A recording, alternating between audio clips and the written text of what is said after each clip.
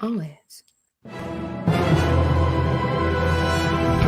It's Social Pulse Weekly, brought to you by AgoraPulse. With this week's special guest, Jessika Phillips. Discussing this week's hottest topics and latest developments in social media marketing. With your host, Jennifer Watson. Here's Social Pulse Weekly. Hey guys, happy Friday and welcome to Social Pulse Weekly. I'm your host, Jennifer Watson. I'm the social media manager at AgoraPulse, and I'm so excited you have joined us today. So it is the first full week of the decade.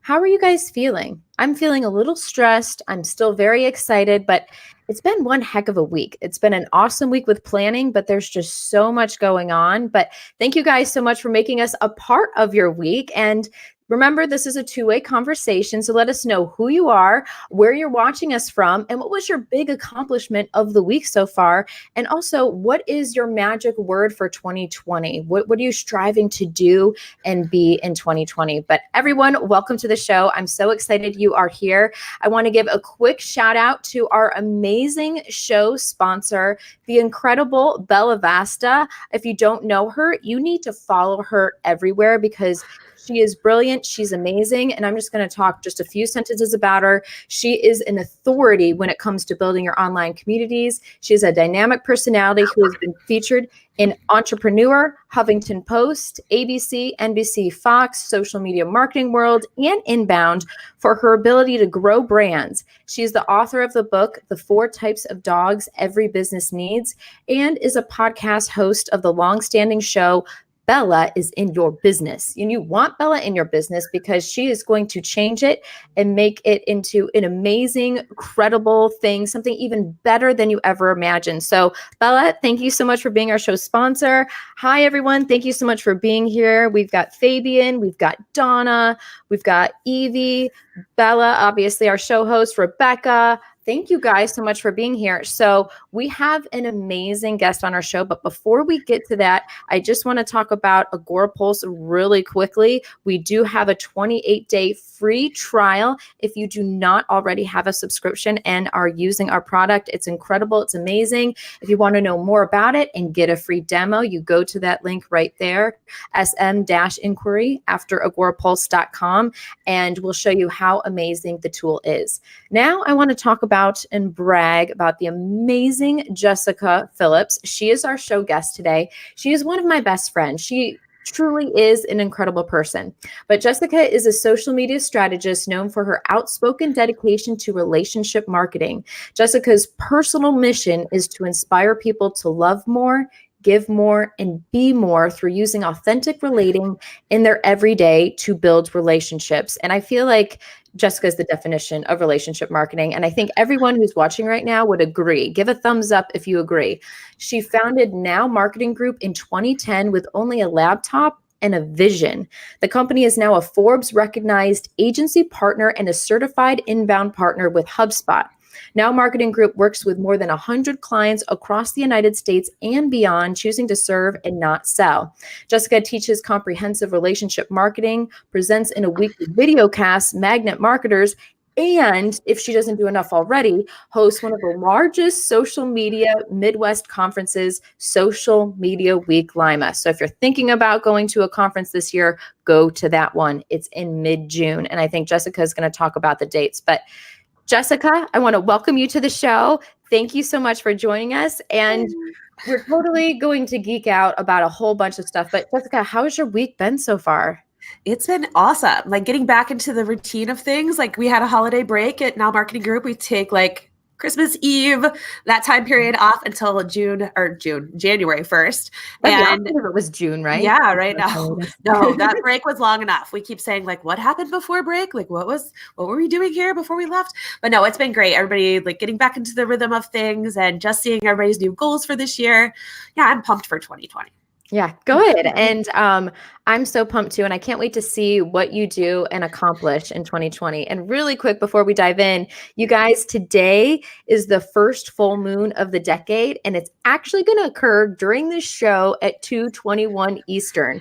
I'm an astronomy geek. I think you're an astronomy geek too, Jessika. Yes. So, and the crazy thing is there's a lunar eclipse too that you can see just about everywhere else around the world except for here in the US, Canada, Antarctica, and a couple other places. So yeah. I got my moonstone here to represent while we're jamming out here. Oh my gosh, I love it. So today the theme is dark social, and that's the theme of your conference this year too. So can you explain to everyone what dark social is and why it's important to know about it and be a part of it? Yeah, I'll first say what it's not. So it's not the dark web. Don't worry, something completely different. I get some looks when I say dark social and when we themed our event dark social. So the theme of the event is unfiltered, and really it is about dark social, how to get invited to the conversation and be part of the conversation. And what dark social ultimately is the shift that all of us are taking part in right now. And we probably didn't even realize it. But what we're doing is we're spending more time communicating with each other in private ways, meaning messages, and direct communication one-on-one with each other has overtaken what we're spending on social. So I'm talking like Facebook Messenger, Instagram Messenger, Facebook private groups, and even email communication. Those one-to-one messages sent back and forth actually represent 80% of all of our traffic when it considers what's coming back to your website. So it's really about the shift that's taking place where people are taking it less from putting it all out public facing to everyone and more one-on-one, more intimate niche channels where they're communicating with each other to share messages, and really messages about brands too. So how do people get more involved or learn more about the dark social conversations that are happening? Yeah, so getting more involved, it's really about just understanding kind of how your client's communicating first and what they're wanting to communicate one-on-one with each other. Typically, the conversations that are happening about brands is people asking for recommendations. It's asking how they can get assistance with something. If we're talking from a brand level, it's really about starting the conversation, personalizing conversations, and also using a mix of some automation tools like messenger marketing, or some people call them chatbots, or conversation prompters right on your website, as well as on your social media tools to kind of kickstart the conversations off and get people and your clients to communicate with you and get comfortable communicating with you one-on-one. Even if it's text messaging. I know Google's introduced that on Google My Business, where people can message into you via text message. Facebook gives you some free native tools to start the conversation on Messenger from your brand channel, as well as adding that for free onto your website to start those conversations there.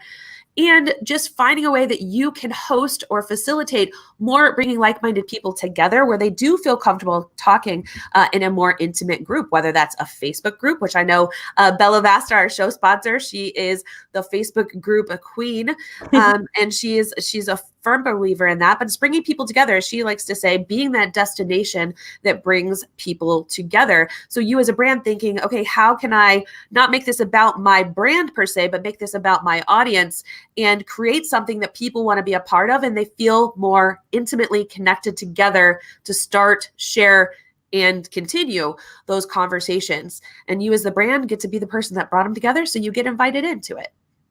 So I would have to say, Jessika, and I'm going to agree with Donna here.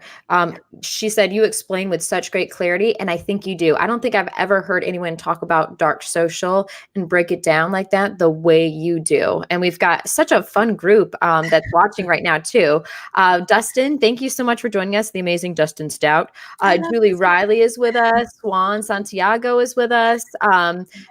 The amazing Scott Ayers is with us as too. Thank you guys so much for joining us. And ending the first full week, we've got Dan Willis in the party, the one that has 8 kids. Again, Dan, I don't know how you do that. You're superhuman. I don't know how you do everything. Seriously, you're incredible. Guys, let us know how your first week was that are watching and what your biggest accomplishment was, because I want to know about that.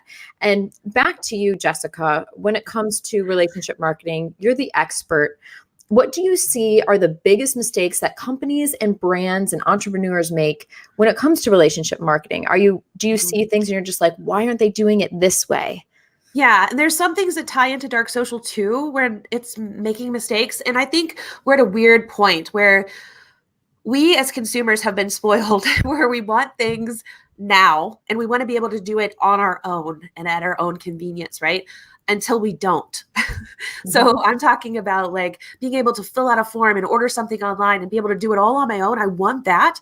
But if something's broken or I can't get to that thing, I want to be able to connect with a human too instantly, or else I'm going to get a little frustrated. So it's a weird place for brands because they think, okay, do I either go all in on automation and all in on this high tech and just let them self-serve and kind of start hiding my phone number?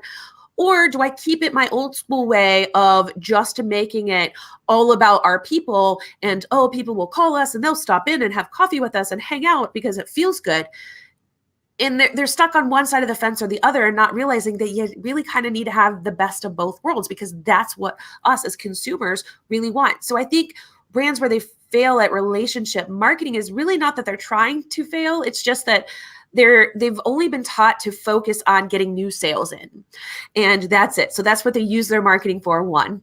And two, they're not thinking about this evolution as being either all in or all out on one side or the other, instead of just making a blend that's right for their audience. I feel like they really need to take a step back and realize that their marketing isn't their marketing anymore. Their customers are the ones that are sharing it for them, and they're sharing it about how their experience has been with this company, and really communicating with each other in these dark social conversations like we've been talking about.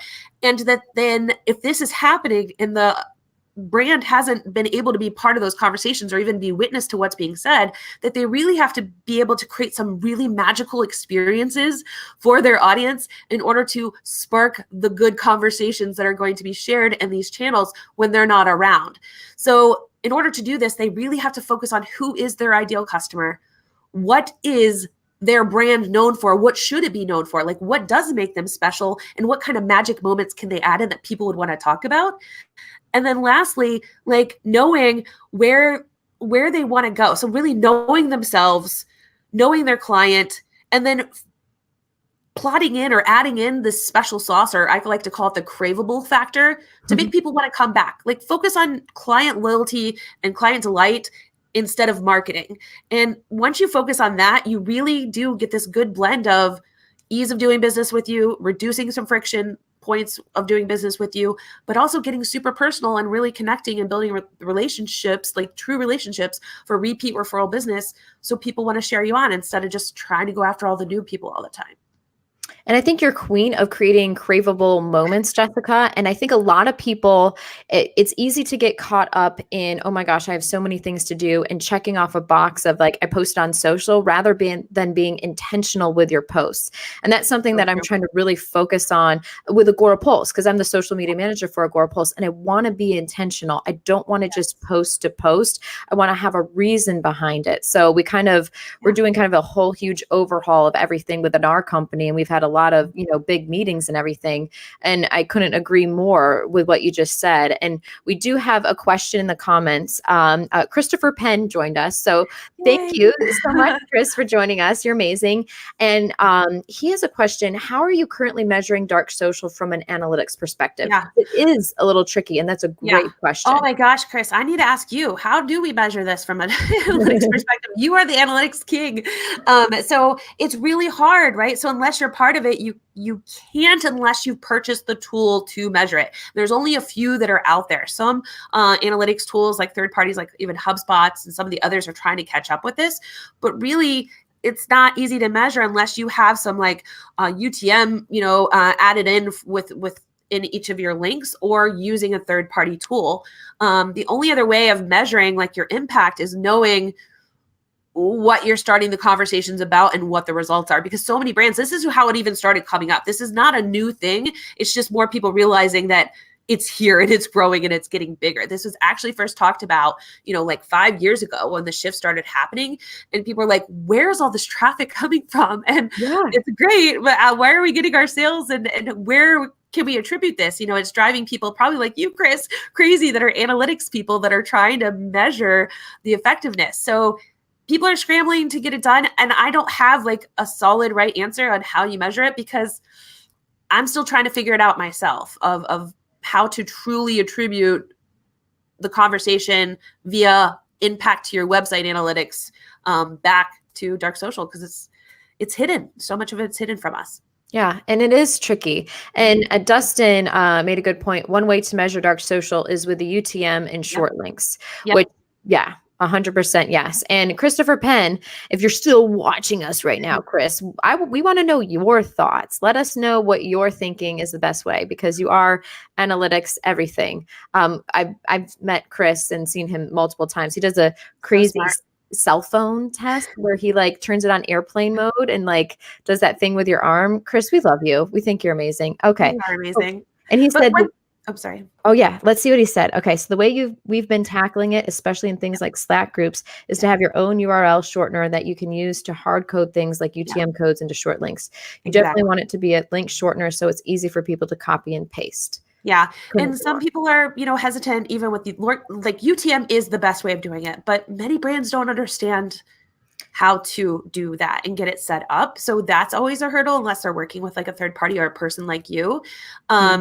So it's still tricky and it's not easy for everyone to measure the analytics, but that is the best free-ish way besides your time to really truly measure it. But going back to what you were saying about being intentional with your post, Jen, like I really feel like that's spot on too, because many people, when they start talking on social, because we put it social media marketing, right? If you just eliminate the media and the marketing, it's really just social.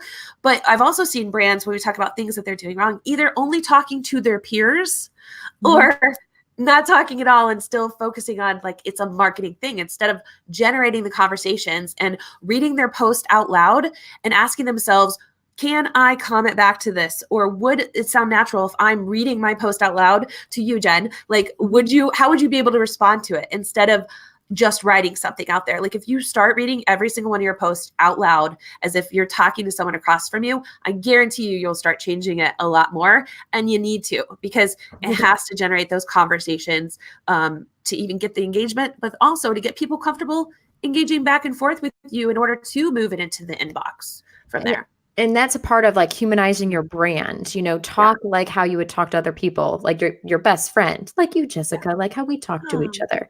I know, it's great. So we've got, Bella, thank you so much. This is why we have Bella as our show sponsor. She broke down, in case you don't know what UTM is, it's the code, it's a simple code that you can attach to a custom URL in order to track a source, medium, and campaign name. And then that enables Google Analytics to tell you where your searchers came from, as well as what campaign directed them to you. And Chris commented and said, my personal favorite shortener is the free open source urls.org software, totally free, and you can get link analytics for everything. Ooh, so I that one. I'll have to check that out. Yeah, that's a great tip. And then we've got, so really quick, we're going to go up to a question. Rebecca Ward, if you're talking to these people, could you ask or make a note of where they found you or test different platforms and see where the most DMs come from? That's where our good friends Agora Pulse would come into play. You can bring, your one inbox, right? And put some notes on your conversations there, so you do remember where it started. You can also use, if you're on Facebook, if Facebook has the inbox where it connects just your Instagram and your Facebook together, where you can put tags on people and also a spot for notes. Also, I highly encourage with any kind of relationship marketing that every brand has some kind of CRM, customer relationship manager, where you can track all the interactions, your conversations that you've had, even email, because we're talking a lot about social here, but a lot of conversations are even happening in email, and it should be more personalized there as well. And many CRMs are now integrating where you have your inbox as part of that CRM thread, if you will, on that client, to where you can get a progressive profiling to really understand their needs. And that way, like, let's just say Jen was helping me out with Agora Pulse, and then our good friend Mike steps in to help me out with something else. he doesn't have to start from scratch with me. He has a little bit of history. He knows what we've been working on. He knows a little bit more about my company, and he's able to provide a higher level of customer delight because he's had this intel, if you will, on me. So that's the power of being able to share those conversations. So really great point on being able to track it, measure it, and see where it came from. And Nimble is a great company and app to use for CRM. It's spectacular, actually. And I love how you said customer delight, because that's exactly what you want to create is customer delight and those craveable moments. And really quick, I miss Dustin. He said he uses Rebrandly to have custom short URLs, which is great as well. And let's see here. Wow, there's a lot of good stuff going on. Mia Voss, we love you. Thank you so much for joining us. You're amazing. Tonight. Yeah, and then Christopher Penn, Chris said a very good thing. There's no excuse not to be tracking emails, and this is so true. It couldn't be any more true. You should, especially when it comes to dark social and trying to figure out where your audience is, the conversations are, should be tracking. And one thing with email, like, because we're talking about personalization, like take an email to the next level. Email is not dead by far, when done right. And I highly encourage like people this year to try testing out video email. There's several tools that you can do this. You can use Dub, you can use BombBomb, Buongiorno. There's lots of them out there. I think there was somebody else, maybe Loom or something like that. But there's several of them out there. So I'm not advocating for one over the other, but using, yay, the full moon. Mike just popped up the full moon, guys. I daylight here for us, but the moon is officially full, the first full moon of the year, 2/21, guys. I love it. Because we're geeks. We're astronomy geeks too, guys. But back to what you're saying, Jessika. Yeah, no, it's good. Just trying out video email because you can personalize it to the person on the other end of the screen, and it gets opened a lot more. I've been using it for the past few years, and I swear it's like my ninja trick of being able to get people to open proposals, read the email, and of course you can track it because you can see where they played it, where they forwarded it on, and it's just a great way of adding delight to something that isn't always so delightful when you're getting influx of emails in your inbox. No, and that's perfect. I love how Bella will always be honest with you. And that's what you always want, a friend that's truly honest, is like, look, guys. And she's saying, stop with the boring templates, write like you are writing to one person, not thousands. Bella, we love you so much. This is why we're friends. This is more than that, but this is why we're friends. So Bella, thank you. And then Julie Riley says, I love HubSpot CRM and email tracking, which I haven't used before. So and if you guys use something else for CRM and email tracking, definitely comment in here so we can just kind of know all the tools and see what everyone is using. So Jessika, I have another question for you. You say word of mouth is now world of mouth. What do you mean by that? Yeah, so word of mouth used to be me telling my friend, right? And then that friend would hear about a brand. Now it's me telling someone online or putting a review somewhere online, and we trust peer reviews as if they were our peers.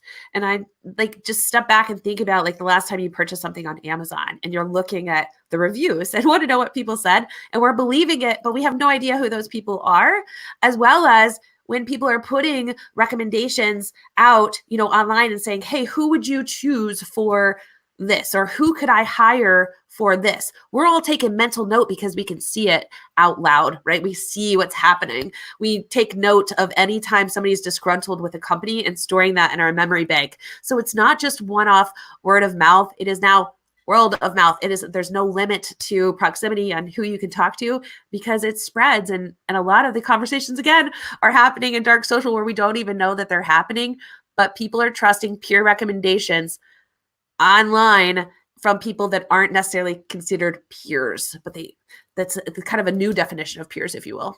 Yeah. And I'm the same way. I do the exact same thing, Jessika. That's exactly how I do it. And Bella thinks that's a great, awesome phrase, and you need stickers for that. So maybe, at Social Media Marketing Worlds in 2 months, we'll see some stickers you can hand out for everyone. I feel like that makes sense. And Jessika, you are the queen of craveable moments and creating those.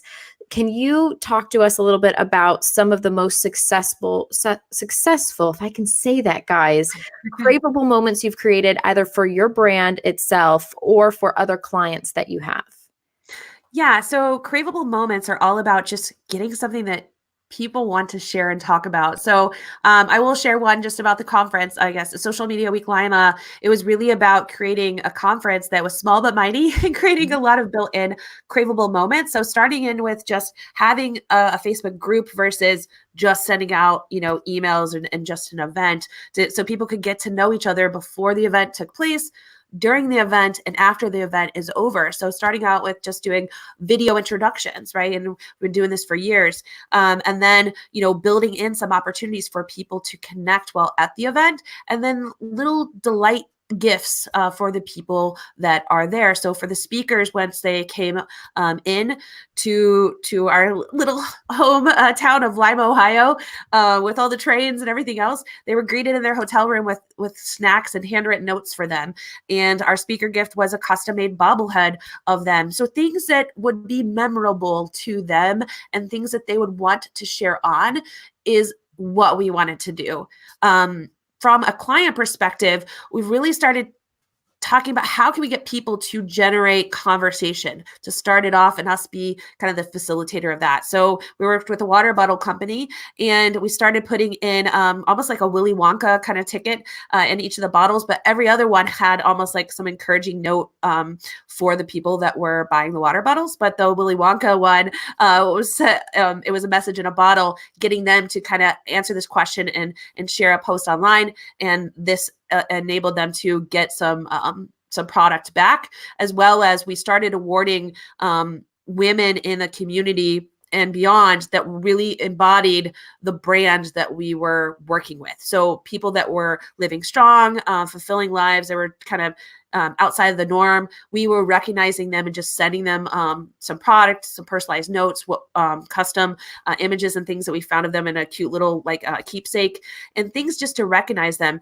And by doing that and showing that we are paying attention, then people started talking about this brand more and more organically. They didn't pay for influencers or anything like that, but they had their best year yet. And before they had worked with us, they had worked with like this bigger agency where they were paying for influencers and they were paying for all these other kind of tools to kind of generate the buzz, but you can't beat and you can't fake organic community. It's something that will never be for sale and people won't buy it. So when you can get people generating organic, real conversations that are passionate about a product and service, people believe it, they trust it, and they will react to that. And I think you should also help companies in hospitality management, Jessika, because I went to Jessica's conference for the first time last year, and she makes you feel like you're walking into her home, like you're a family member. And these are her bobbleheads. This is me. This is another guy we know. Kind of interesting. My daughter plays with these all the time. She thinks they're like Barbie dolls. But this is how you create memorable, like literally your own bobblehead, custom bobblehead. Like that's amazing. That's insane. So like, I don't know. It's you do such a great job, Jessika, and you guys need to go to her conference if you haven't already, because it's an intimate experience. It's not a conference with thousands of people. You get the benefit of being able to really get some good time with the speakers.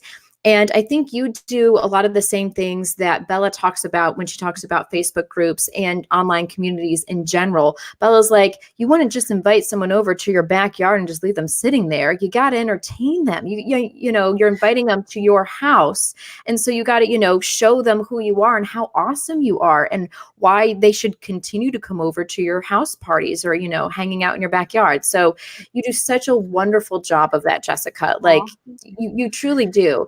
Now, I'm interested to know, you do an amazing job. So Now Marketing Group is the example.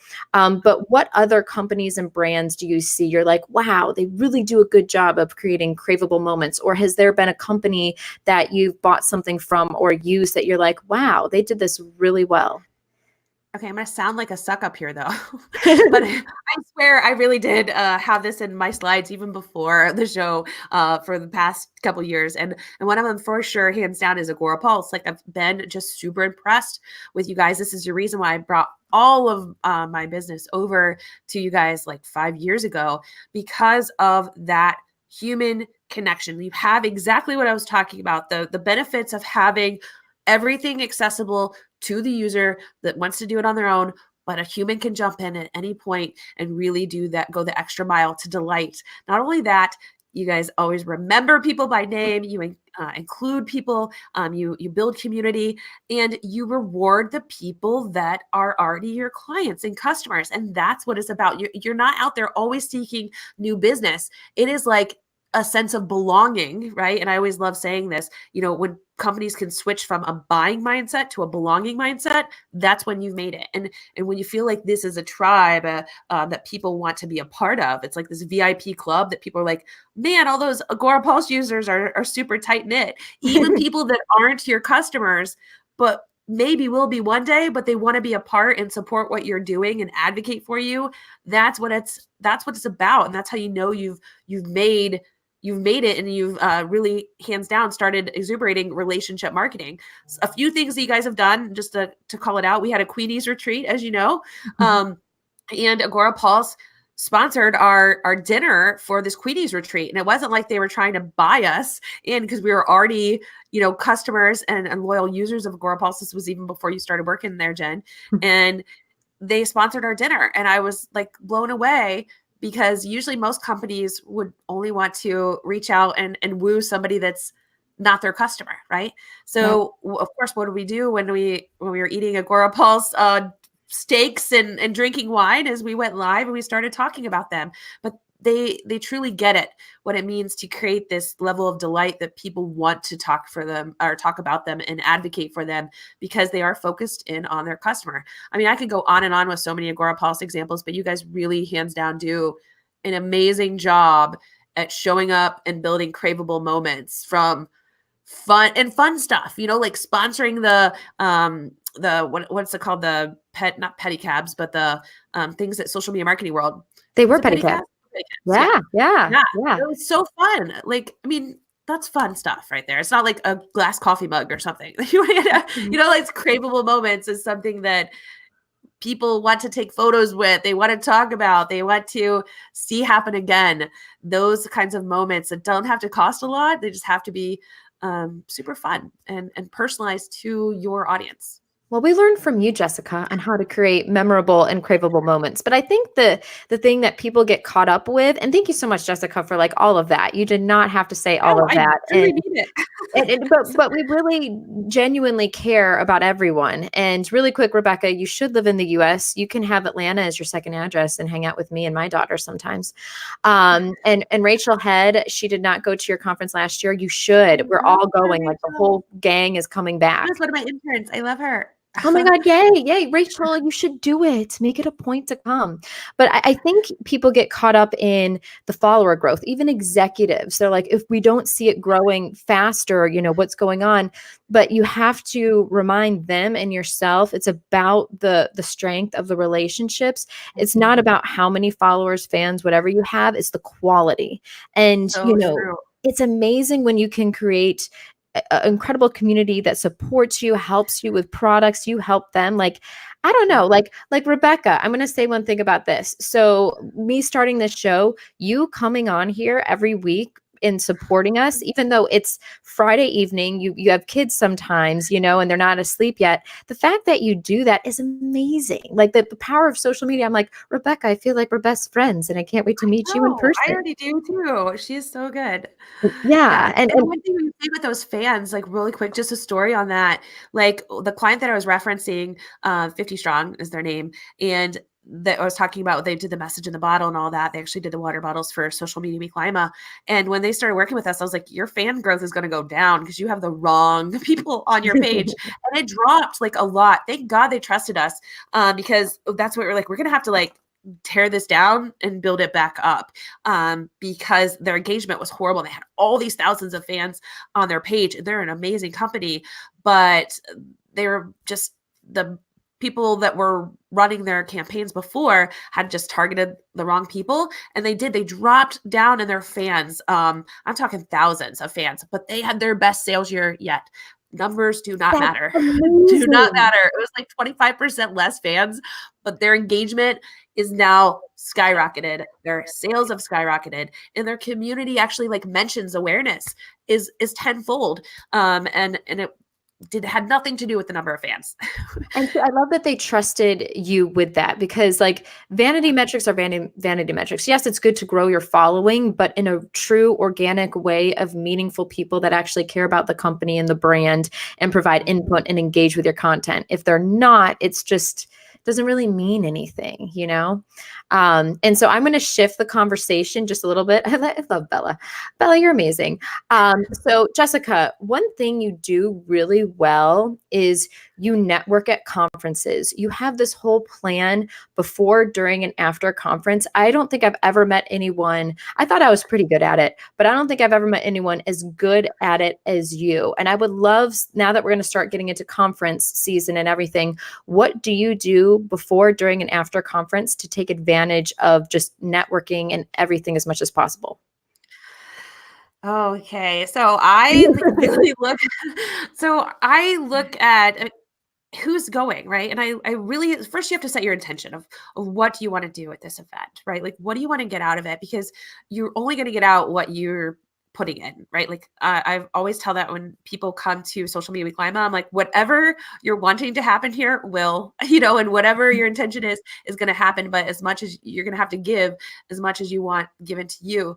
And what I mean by that is, before I go to an event, I start looking at who's attending. I look at what I want to get out of the event, who I want to meet, and starting conversations with them now, setting up Twitter lists so you can engage with those individuals. I do this see first thing, which is probably a little stalkerish, but I turn the people that I want to meet and connect with, I'll put them on see first on my Facebook feed, and then start engaging with all their posts. So they start seeing my name everywhere and they're like, who is this person?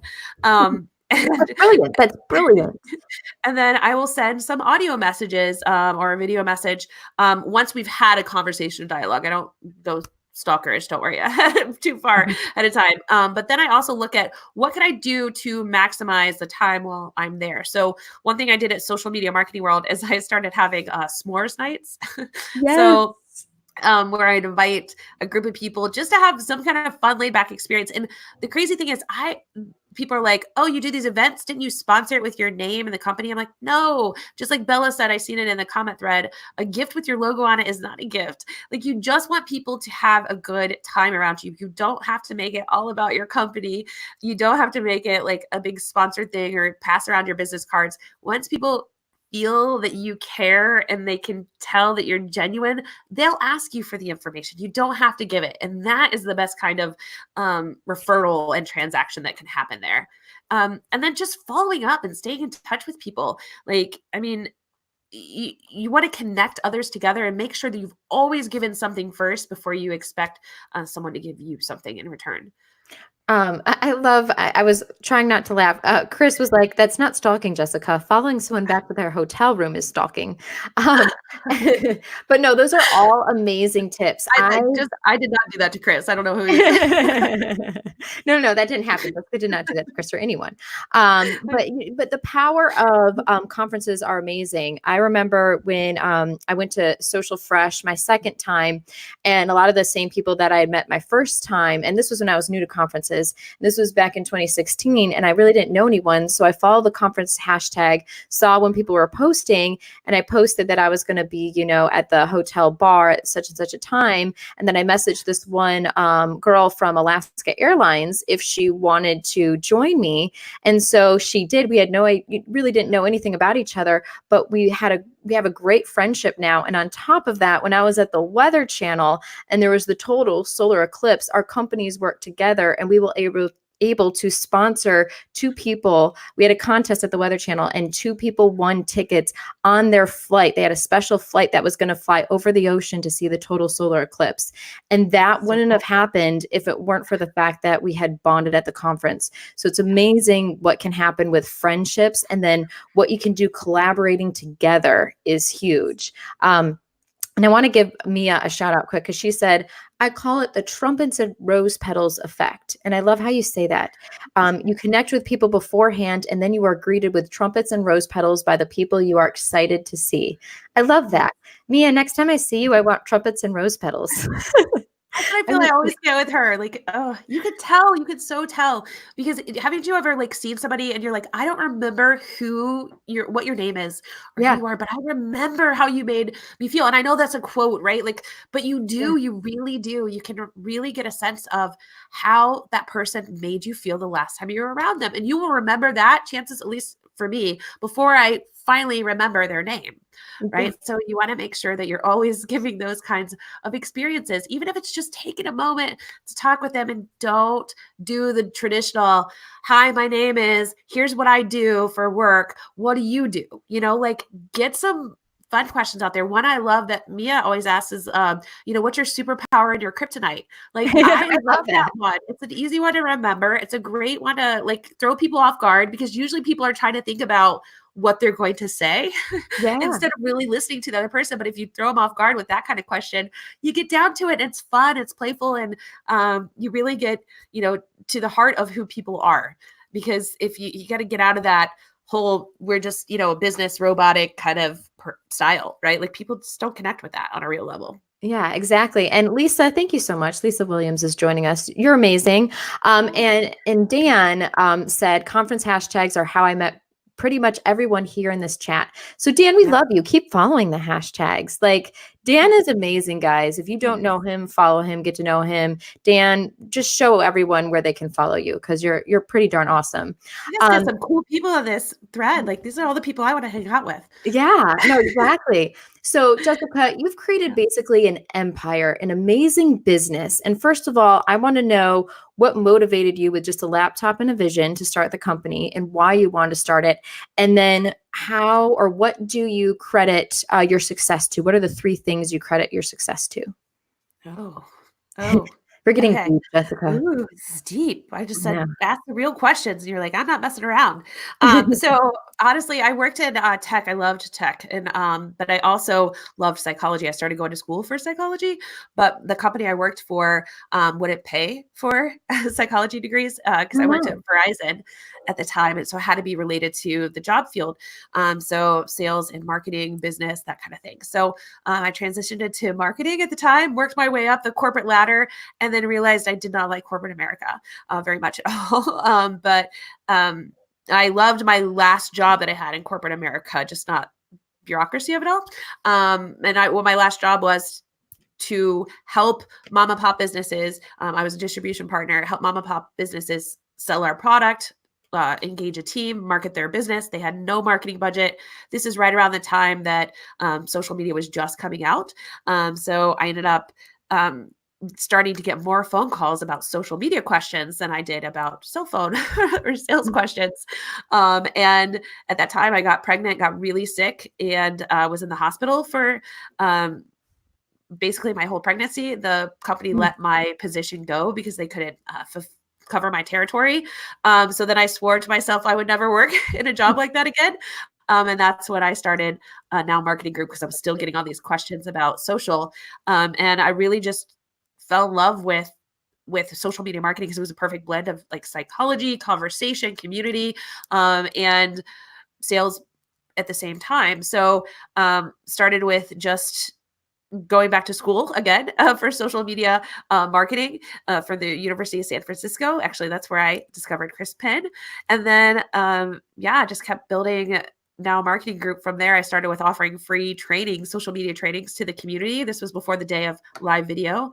And just started helping businesses. And after helping them, a couple would then buy from me and then referring me on. And we've never had a salesperson. It's just all been word of mouth, now word of mouth business. Oh my God, Jessika, I still don't know how you do it all. And I have a question about that.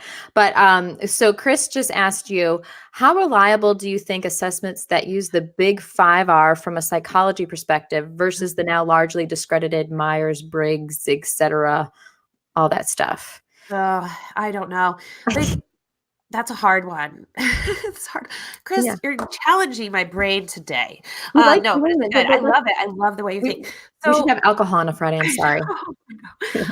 it's really hard, because some of those tests, it honestly, if you would ask, my personal opinion anyway, if you would give somebody that test in this environment at their work, they would answer and score a certain way. If you would ask them while they're around their friends on vacation or something, give somebody that same test, I'm a firm believer they would get a different result. So I don't really always align with them. However, I do see the benefit of them. The one test I really love actually is How to Fascinate by Sally Hogshead, because she talks about like how you show up to the world, right? And how others see you. So I really do like that test. But really, we do a lot of authentic relating games here, and we do those authentic relating games even during the hiring process, and that really helps us to kind of cut through the noise and really get to the heart of who the person is and how they would fit into our team environment overall. It gets people super uncomfortable. It's great. You get to know each other really quick. Yeah, no, and it's funny that you say that, and I never really thought about it's the environment that you take it can totally change the outcome and everything. And it's funny. Scott Ayers is like, I hate all personality tests. I just blow them off and try to answer to skew the results and always forget the results, which is hilarious. And Dustin gave you like the most beautiful compliment ever. He said, I can't imagine you working for a corporation. Your personality is way too big to be confined in a corporate environment. Glad you got out and made your own way.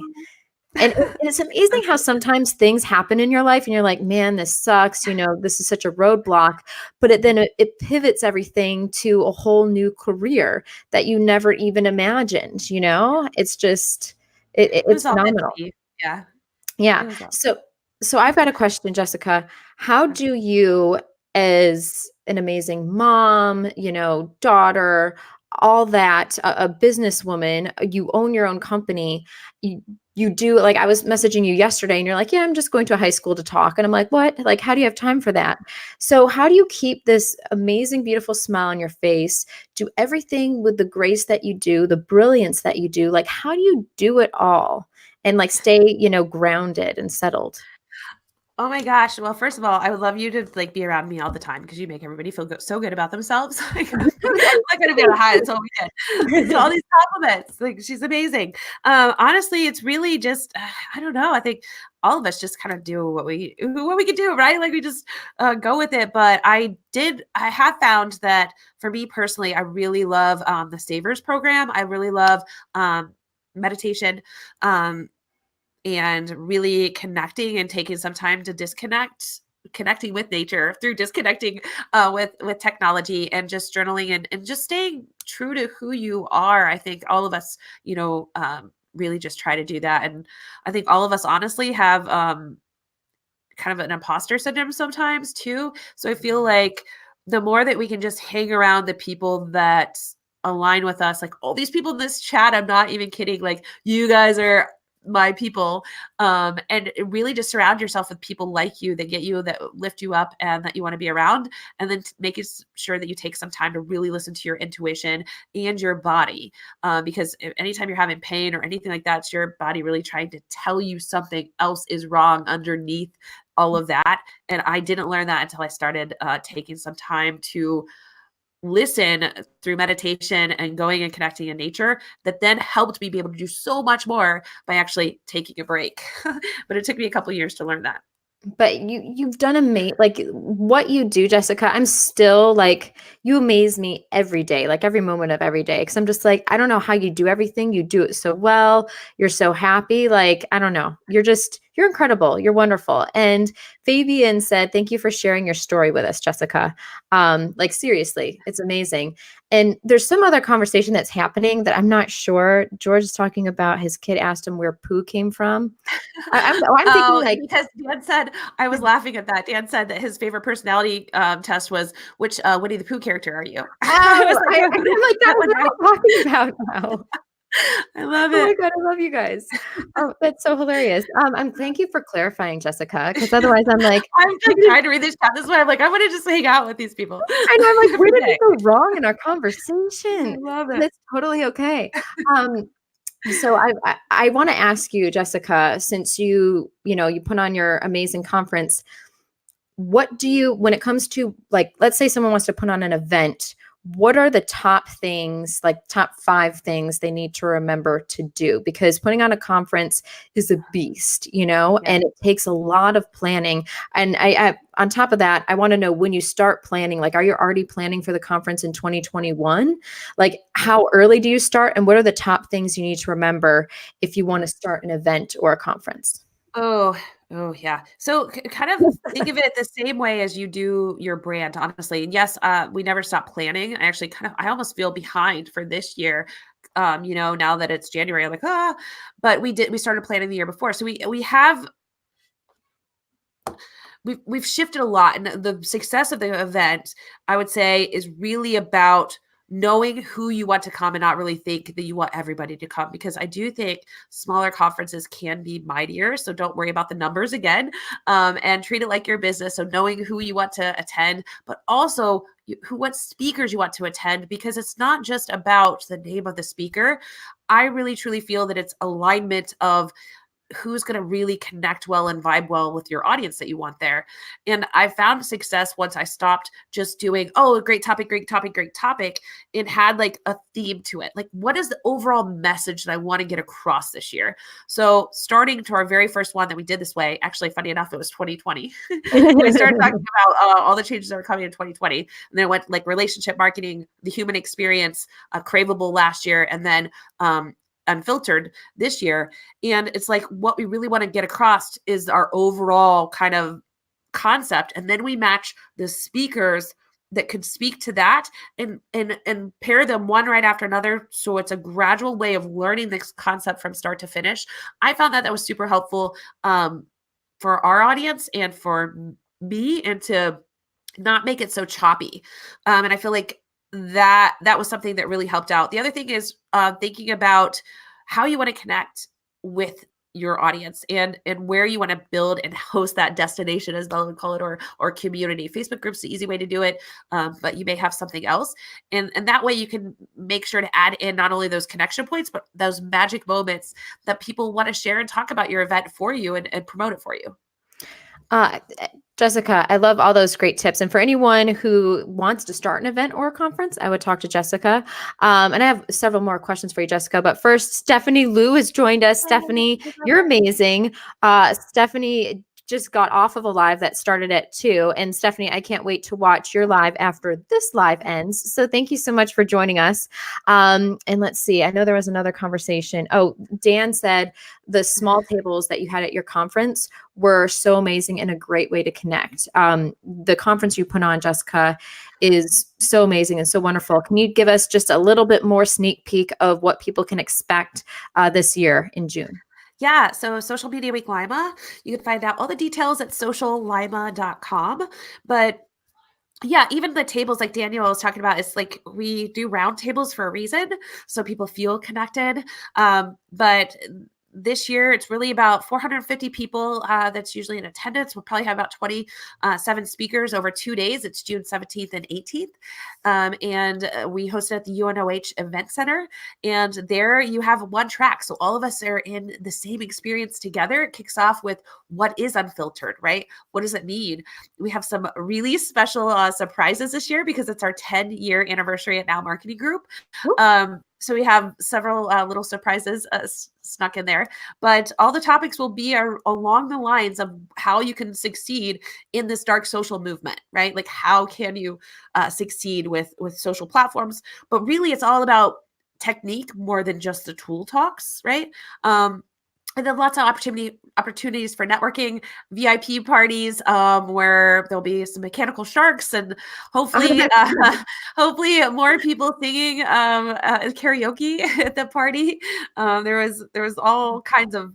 There's George DeVanis singing the Cookie Monster. Yes, George. Yeah, we'll have to talk really quick and do it. Yeah, I was not expecting that. That was like the biggest surprise. But congratulations on 10 years, Jessika. That's an amazing achievement. And you guys, Lima, Ohio is the place to be. I love big conferences with thousands of people there. Like, I think that's really exciting. I like going to both because there's pros and cons of both, right? And I think who said it right here, if I can actually go back. Dustin said, I really love one-track conferences, which I agree that to that too, because I hate missing out on things when I have like 3 friends or 3 talks I want to go to at the same time. So Exactly. I love both. I love more of the intimate setting, but I also love multi-track where you can meet and see a lot more people too.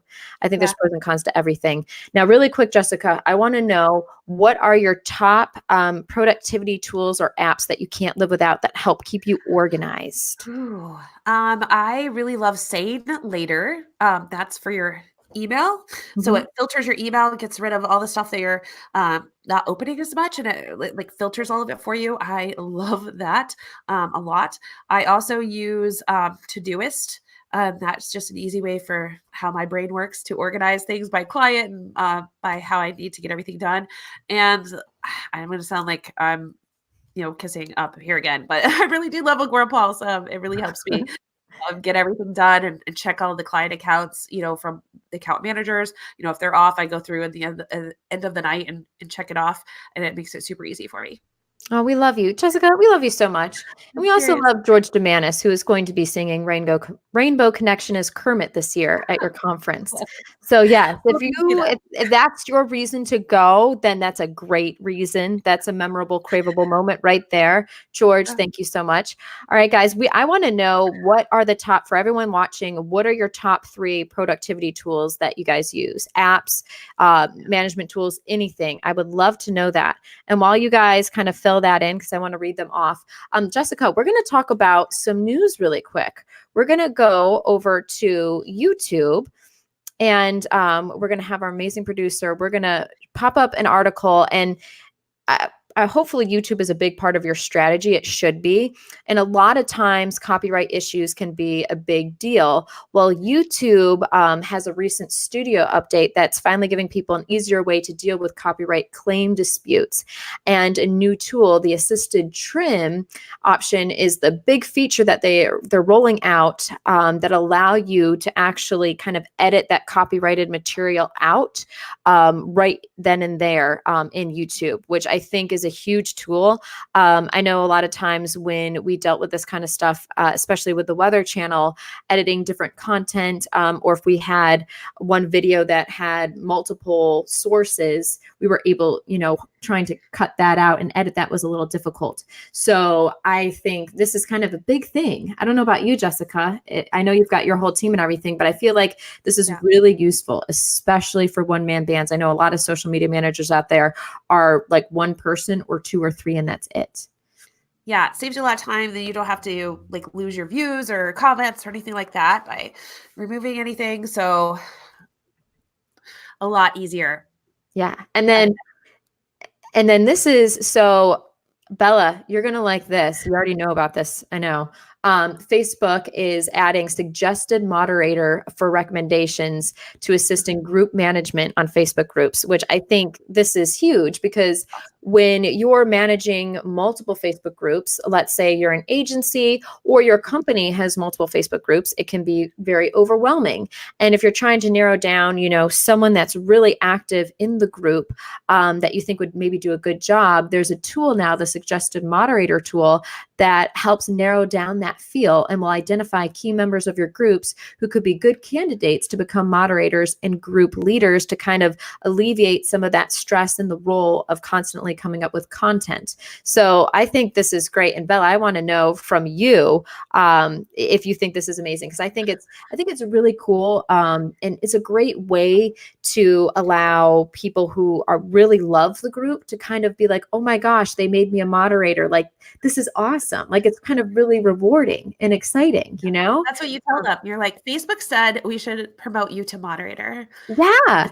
There's no salary, but Facebook said you are the one. You're the chosen one. And of course you have to go through your own filter process, but I just think this is a neat way. And I think it is. That's really good.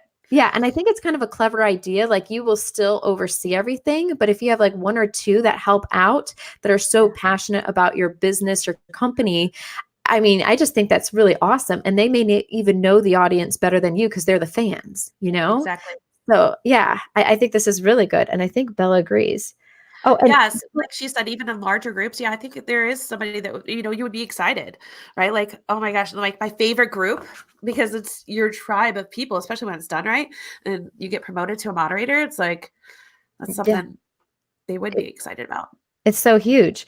Okay, so let's see here. Wow, we have a lot of you guys. What are our tips here? Rebecca uses Agorapulse, Canva, Toggle, HubSpot. You're adding to that, Julie. Calendly, yes.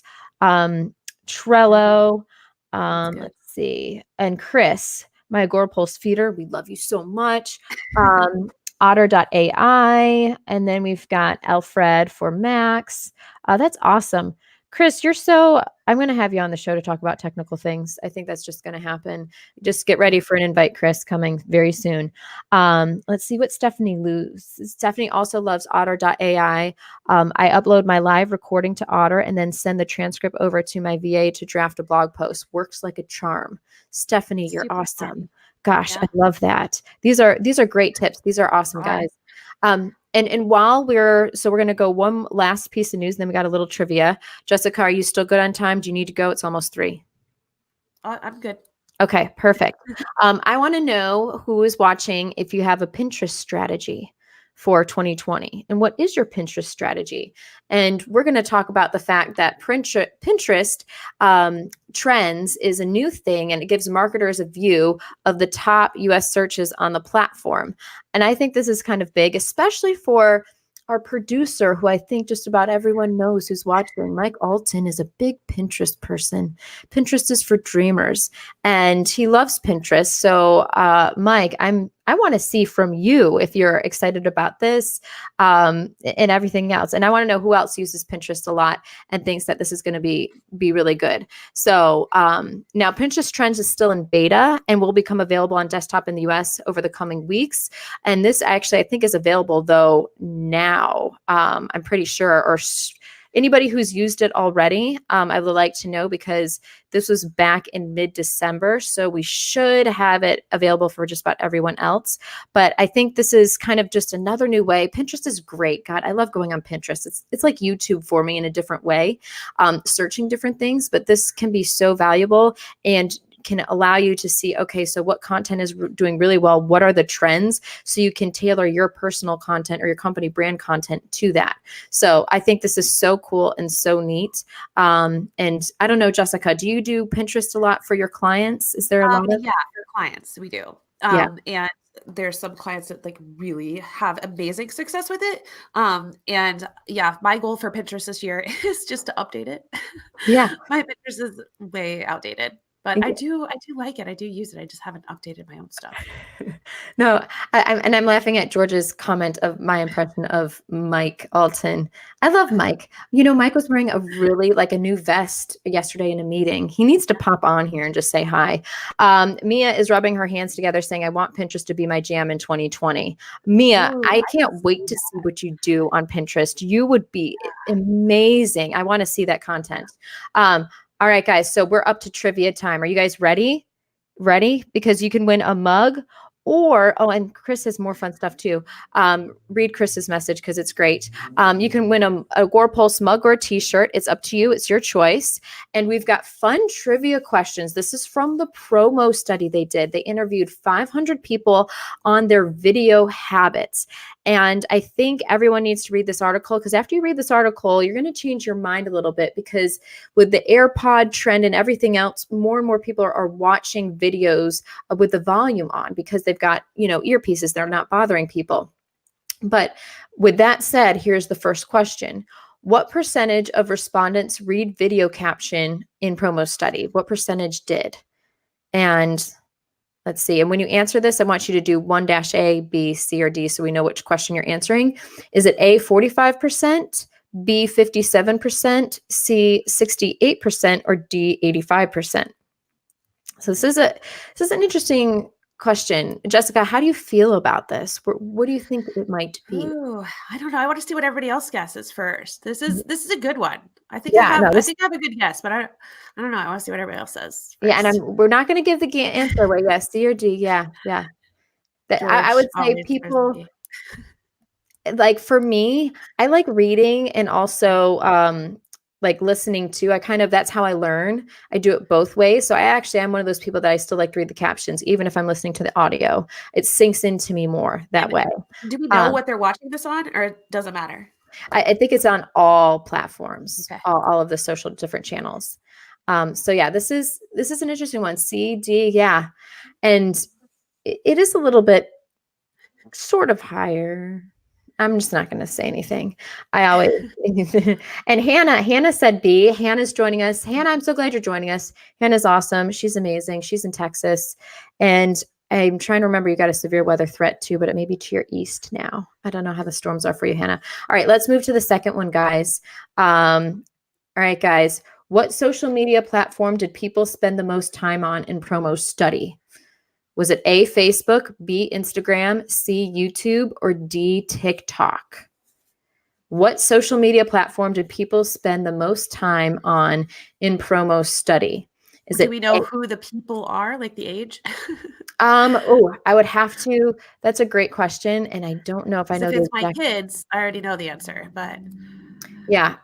Well, you mostly know what? adults, probably. I'll have to pull up that's a great okay. Sorry, question. didn't mean to make it difficult. No, you did not make it difficult at all. That's a great question, guys. Hold on one second. Let me see if I can pull this up without crashing my computer. Actually, let's do it this way. Let's see. But I'm interested, and this one surprised me, actually. This one really surprised me. I was thinking it was going to be something else. And Mike, I sent a graphic over if you want to pull this up after the fact, after we get people answering the question. And let me see, guys, really quick. Hold on. Lots of different answers on this one. Yeah. I want to know, guys. Okay, so let's see. Let's see if I can pull it up really quick. I'm on my other computer. We're making magic happen. We're making things happen. Hold on. I'm going to make the world happen if it'll pull up. Yeah, Daniel. If it's under 25 and under, it's 2D. Yeah, that's what I was going to say. I know you guys. It's definitely D. Let's do Sarah. Although it is addicting to watch those. Yeah, no, it is. It is addicting. Let's see. Promo, online video stats. All right. They did 500 responses. You know what? It doesn't say. I'm scrolling through right now, guys, and I don't think it says the age group. I bet it's adults. Yeah, but yeah. It's across all ages. Oh, it's across all ages. I love you, Mike. Say something else. God, was that you? Yeah, God, are you here helping us? So what do you think, guys? This one really, really, really surprised me. I just was not, and I kind of want to give this answer away. TikTok is hot. Mike, and you can verbally announce to us, everyone, do you have the graphic that I sent you on Slack earlier in the week? He's probably searching for it right now because it's an image from the article that kind of shows everything. It's kind of like a really interesting image. If not, let's see. Oh, there it is, guys. All right, we're giving away the answer. Yeah. Facebook for sure. Facebook, 56%. They already said like Facebook and then Instagram. That's been the study. And then YouTube, and then it's Twitter, LinkedIn, and then Snapchat. But yeah. TikTok didn't even make the cut yet. Because I don't think they were, but my kids do spend a lot of time on there. Yeah. TikTok was a fake trick question I put in there. But yeah, I was surprised by Facebook. I just thought the percentages. They're just so used to going there. They don't admit it, but they just go there. Yeah, it's just so crazy. So that really surprised me. All right, guys. Everyone, seriously, thank you so much for joining us. You guys are so wonderful. It's a full moon. It's a Friday. Things are getting interesting. Mia, are you doing a live later on today that we can all join in and watch? I want to know. You let us know. Jessika, thank you so much for just sharing your brilliance and everything with us. So let us know where people can follow you, find you, sign up for Social Media Week Lima, all that good stuff. Yeah, so all of it at nowmarketinggroup.com or jessikaphillips.com, and all my socials are at the top on either of those. But yeah, I would love to connect with everyone that I'm not already connected with on any of the social channels. Oh my God, Jessika, you're so amazing. And thank you so much. And big thank you to our show sponsor, Bella Vasta. You are incredible. You're amazing. You need to follow her, listen to her podcast. Bella, please share links and everything to all of that in the comments so everyone can follow how awesome you are and how amazing you are. Bella, seriously, thank you so much. And we're going to have Bella as a guest later on this spring, which is really exciting. She's going to teach us about online communities.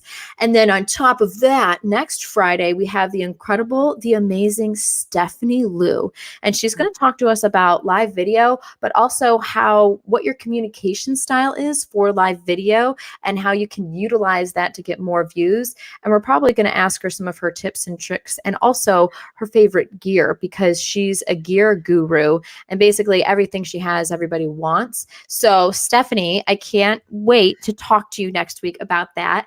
And hopefully all of you guys can join us next week for another epic conversation. But seriously, everyone, thank you so much for just making my Fridays and just, I don't know, you guys are all amazing and wonderful. Cheers to the weekend. And if you guys ever need anything, Agora Pulse is here for you. We love you. Just message me, PM me, and we've got you covered. But from here on out, we will see you guys next week. Have a great weekend. Bye, guys.